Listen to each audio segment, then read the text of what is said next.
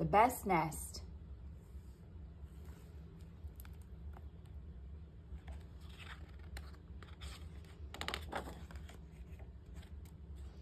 The Best Nest, written and illustrated by P.D. Eastman.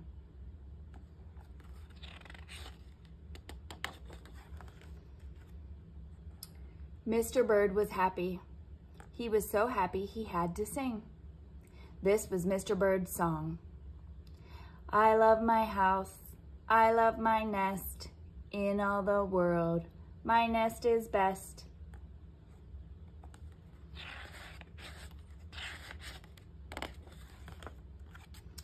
Then Mrs. Bird came out of the house. It's not the best nest, she said.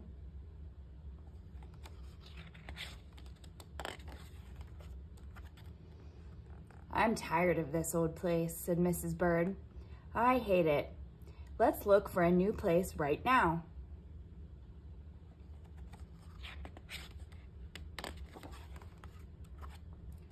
So they left the old place to look for a new one. This place looks nice, said Mr. Bird. Let's move in here.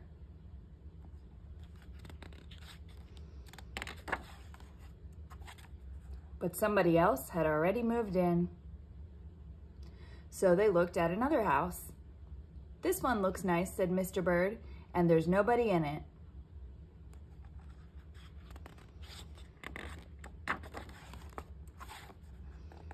You're wrong, said Mrs. Bird. This house belongs to a foot.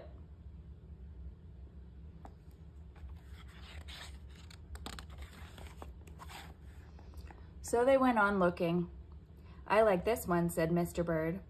It has a pretty red flag on the roof. I've always wanted a house with a flag, said Mrs. Bird. Maybe this place will be all right.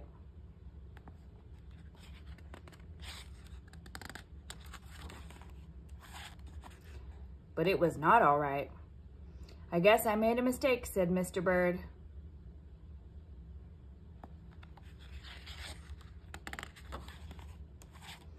You make too many mistakes, said Mrs. Bird. I'm going to pick the next house. And here it is, right here.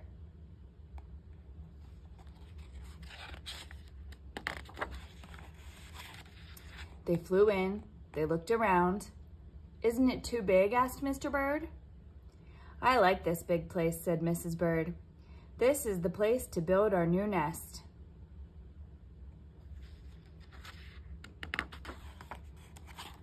They went right to work. They needed many things to build their nest. First, they got some hay.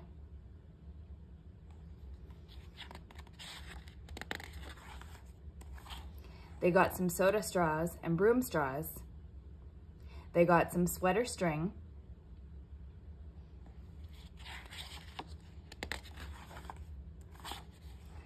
They got some stocking string and mattress stuffing.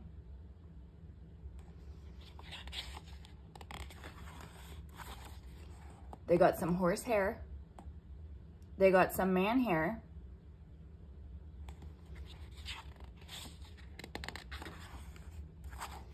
Soon they had all the hay, all the straw, all the string, all the stuffing, all the horsehair, and all the man hair they could carry. They took it all back to build their nest.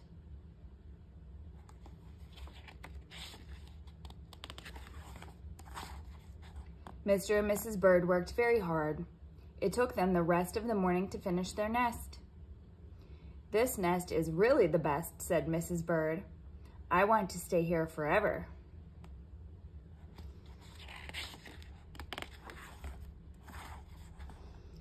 Mr. Bird was very happy too. He flew to the top of his house. He sang his song again. I love our house, I love our nest. In all the world, our nest is best.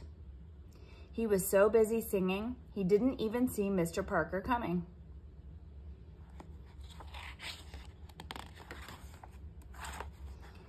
Every day at 12 o'clock, Mr. Parker came to the church.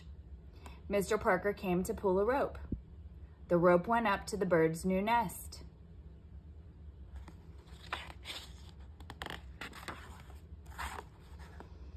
The rope rang the big bell, right under Mrs. Bird's nest.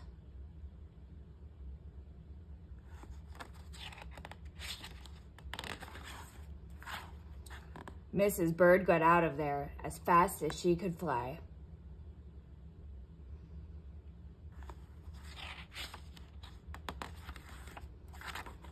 When Mr. Bird came in, all he could see was a mess of hay and string and stuffing and horsehair and man hair and straws.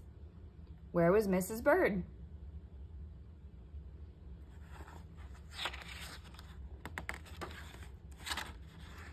I will look for her until I find her, said Mr. Bird.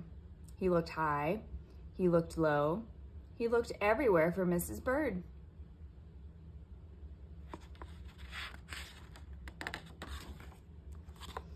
He looked down into a chimney, but Mrs. Bird wasn't there.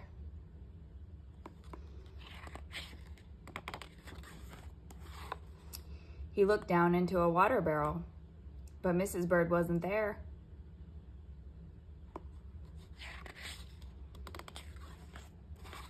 Then he saw a big fat cat.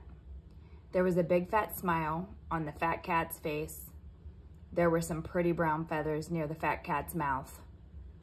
Mr. Bird began to cry. "Oh dear," he cried. "This big fat cat has eaten Mrs. Bird."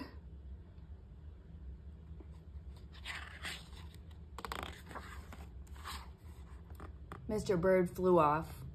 "I'll never see Mrs. Bird again," he cried. It was getting dark. It began to rain. It rained harder and harder.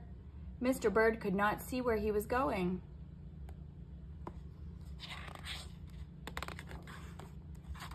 Crash! Mr. Bird bumped into something.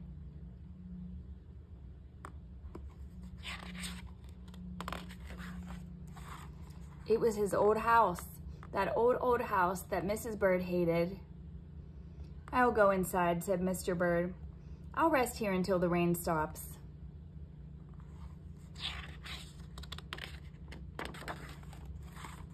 And Mr. Bird went in. And there was Mrs. Bird, sitting there singing. "I love my house, I love my nest. In all the world, this nest is best."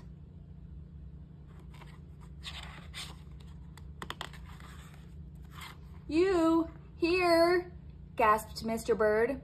"I thought you hated this old nest."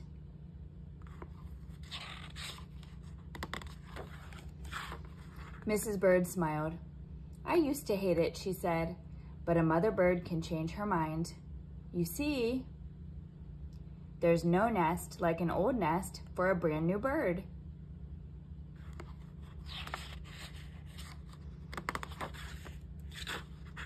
And when the egg popped open, the new bird thought so too.